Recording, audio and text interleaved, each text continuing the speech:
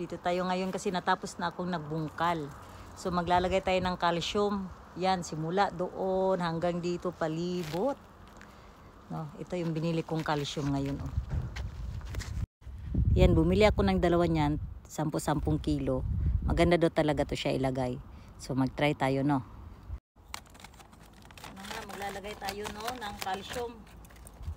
So ang sabi kasi 1 meter daw is 4 to 500 grams. So tansyain na lang natin, no. Ito yung calcium. So igagano natin yan.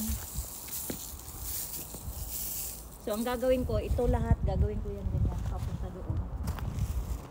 Ganyan.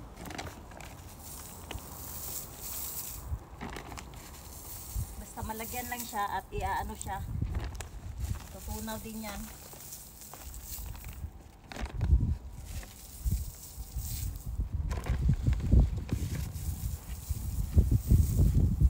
Excited na ako dito sa summer, magtanim no ng mga gulay at mga bulaklak at ano pa. Ngayon, kalbo pa siya. Baka maging summer nito, magiging jungle na siya. Okay. Tapos ayan na nga. Natapos na ako naglagay ng ng calcium na fertilizer dito sa mga natin. Sa pagtataniman natin. Ang ginawa naman ng anak ko is pinagdidiligan niya para matunaw siya at maano siya sa baba, sa ilalim. Ayan. Diniligan niya.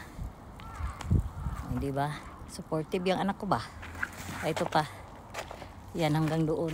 Hanggang doon yan. Diniligan yan. Papunta doon. Ayan. So, ganito yung forma niya. Ito, hindi pa ito nadiligan. Ayan, ganyan, oh.